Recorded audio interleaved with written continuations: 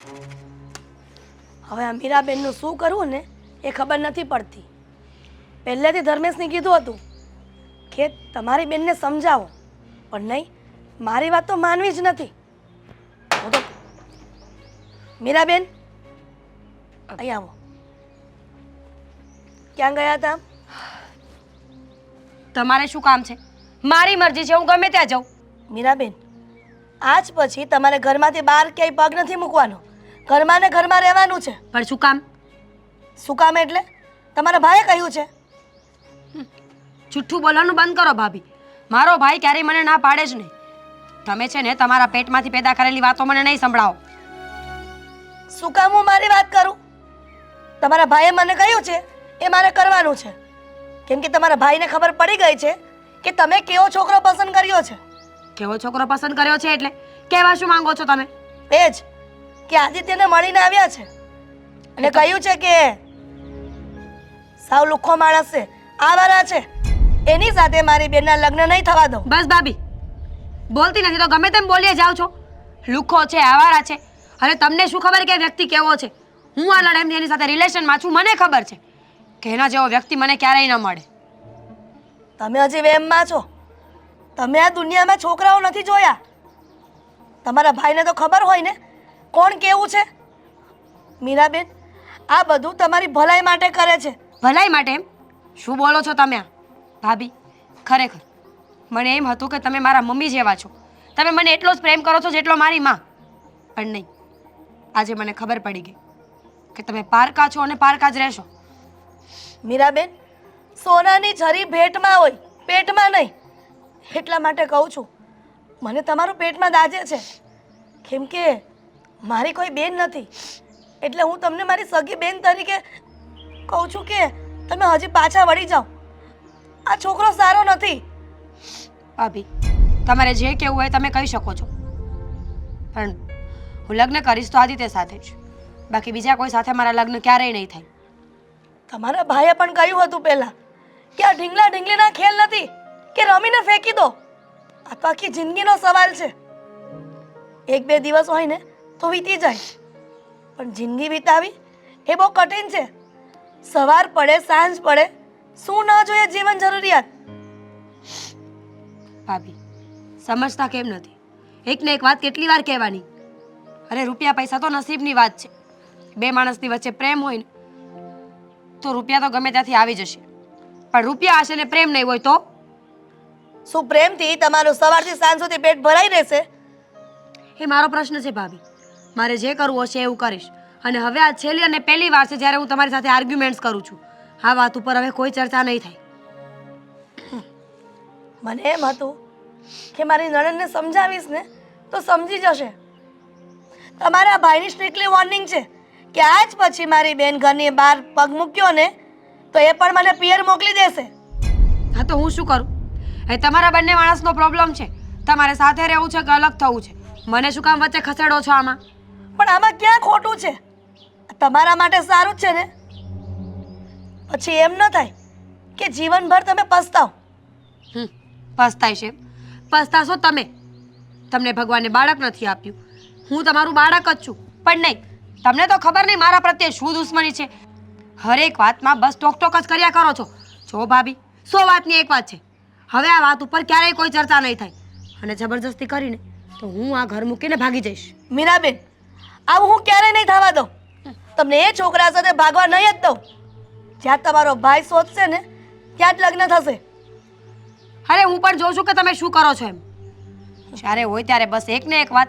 ખબર નહીં કેટલા દિવસથી બીજો કોઈ ટોપિક જ ઘરમાં નથી ચાલતો ને. મીરાબેન, આ તો હું તમારી ભાભી છું અને આટલું સામું બોલો છો. કદાચ ને મમ્મી હયાત હોત અને પપ્પા હયાત હોત તો શું તમે એની સાથે આવું જ વર્તન કરત? ના, તમે માં નથી ને, એટલે તમને ખબર નથી પડતી કે દીકરીની ખ્વાહિશો શું હોય, કેમ પૂરી કરવી જોઈએ. તમે ભાભી છો, પારકા છો અને પારકા જ રહેશો.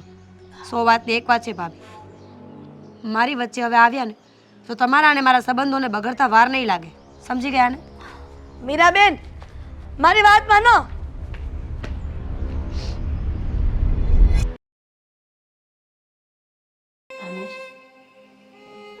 મીરાબેન ગયા એને વરસ વીતી ગયું સાચું કહું ને તો મને એમની બહુ યાદ આવે છે. શું કરતા હશે? સુખી તો હશે ને?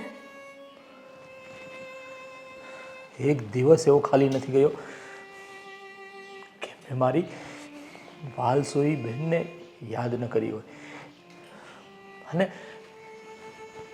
ખરેખર આ મારા લાડ પ્યારે જ એને એટલી બગાડીને આવું પગલું ભર્યું એણે. ત્યારે તમને ઘણા સમજાવ્યા હતા પણ તમને એમ હતું કે હું મીરાબેનની દુશ્મન બનીને બેઠી છું.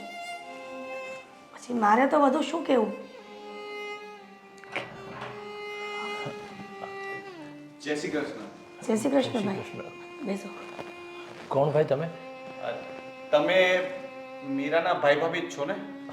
હા હા. તમે મીરાને કેવી રીતે ઓળખો છો? એકચ્યુઅલી હું મીરા વિશે જ વાત કરવા અહીં આવ્યો હતો. જો ભાઈ, મીરા માટે તમારે વાત કરવી હોય ને તો મારે એમની કાંઈ વાત કરવી નથી. અરે એણે એના ભાઈ ભાભીને કે જેને હું દીકરી માનતો હતો, એણે મારી ઇજ્જત આબરૂની જરા પણ ધ્યાન ન રાખ્યું અને આવું પગલું ભર્યું. ને અત્યારે તમે એના વિશે વાત કરવા આવ્યા છો. મારે એની સાથે કોઈ વાત નથી કરવી કે એના વિશે કોઈ વાત નથી કરવી. તમે જઈ શકો છો. ધર્મેશ, જતો રહીશ, પણ પહેલા એક વાત સાંભળી લો. મીરા અત્યારે બહુ દુઃખી છે. એટલે તમે કહેવા શું માંગો છો? હા ભાઈ, ફોડ પાડીને કહો ને કે મારી નણંદ કેમ દુઃખી છે. જુઓ, હું આદિત્યનો મિત્ર છું, વર્ષોથી ઓળખું છું એને, અને મને આદિત્યની હાલત ખબર છે. અને કદાચ તમને પણ ખબર જ હશે કે આદિત્ય પાસે ન તો કંઈ સારો કામ ધંધો છે, ન કંઈ મિલકત. અને તમને કદાચ ખબર ન હોય તો કહી દઉં કે અત્યારે પણ આદિની પરિસ્થિતિ સુધરી નથી અને તમારી બહેન ત્યાં બહુ જ દુઃખી છે. એક એક પૈસા માટે એ લોકો હેરાન થઈ રહ્યા છે. આ વાત મેં એને 17 વખત સમજાવી પણ નહીં. એના માથે તો આદિત્યનું પ્રેમનું ભૂત સવાર હતું. બીજું કાંઈ દેખાતું જ નતું. એને સમજાવતો હતો કે પ્રેમથી જીવન નથી ચાલતું, એમના માટે પૈસા હોવા ખૂબ જરૂરી છે. પણ નહીં. મેં પણ આદિત્યને આ વાત સમજાવવાની કોશિશ કરી હતી કે ભાઈ, તું જે છોકરીને પત્ની તરીકે લાવે છે એ છોકરી બહુ લાડકોડથી ઉછરેલી છે. એ તારા ઘરમાં રહેશે તો ખરા, પણ તું એને સુખી નહીં કરી શકે. પણ આદિત્ય છે કે મારી એક પણ વાત ન માન્યો. અને આદિત્ય ભલે મારો મિત્ર છે પણ મારાથી મીરાનું દુઃખ જોવાતું નથી. એટલે મારે તમને કહેવું પડશે કે આદિત્ય પણ મીરાને બહુ દુઃખી કરી રહ્યો છે. એ તો હવે એના કરમ ભોગવશે. કેટલી વાર સમજાવ્યું છતાં સમજવું નથી. અને જોયું ને કે જેને સગી દીકરી કરતા વિશેષ રાખતા હતા એને તરછોડીને આ કાલ હવારના લુખ્ખા સાથે અમને લોકોને છોડીને જતી રહી. નાના, એ જે ભોગવે છે ને એ બરોબર ભોગવી રહી છે. ધર્મેશ, તમે તમારી બેન માટે આવું કેવી રીતના બોલી શકો? તમે તો એના બાપના સ્થાને છો ને, તો પછી હવે એને મળીને આપણે વાત કરીએ ને. હવે ચોરું કચોરું થાય, માવતર કમાવતર ન થાય.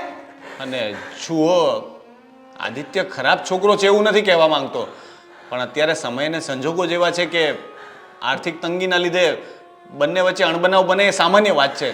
તમે તો અનુભવી છો, તમને તો ખબર પડે છે આ વિશે. આદિત્યને મેં સમજાવ્યું હતું કે ભાઈ, જીવન નિર્વાહ ચલાવવા માટે પૈસાની જરૂર હોય છે, પ્રેમથી જીવન નિર્વાહ નથી ચલાતો. બસ ત્યારે તો આદિના દિલો દિમાગમાં અને મીરાના દિલો દિમાગમાં બસ એકબીજા સિવાય કાંઈ દેખાતું જ નહોતું.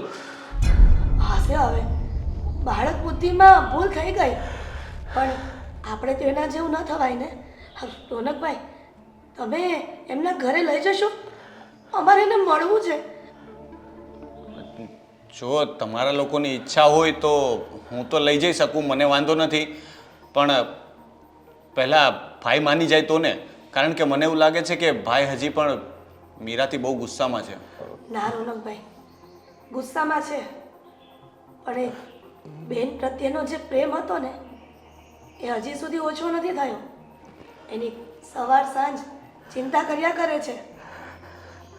ધર્મેશ, માની જાવ ને, આપણે મીરાબેનને મળવા જઈએ. રોનકભાઈ લઈ જાય છે ને, એમને ખબર છે કે ક્યાં રહી છે. ભાભીની વાત સાચી છે ધર્મેશભાઈ. માનું છું કે આદિ અને મીરાએ ભૂલ કરી છે. આવું ન કરવું જોઈએ. વડીલોની મરજીથી લગ્ન કરવા જોઈએ. જો તમે લોકો નહોતા માનતા તો એની પાછળનું પણ કંઈક કારણ હશે.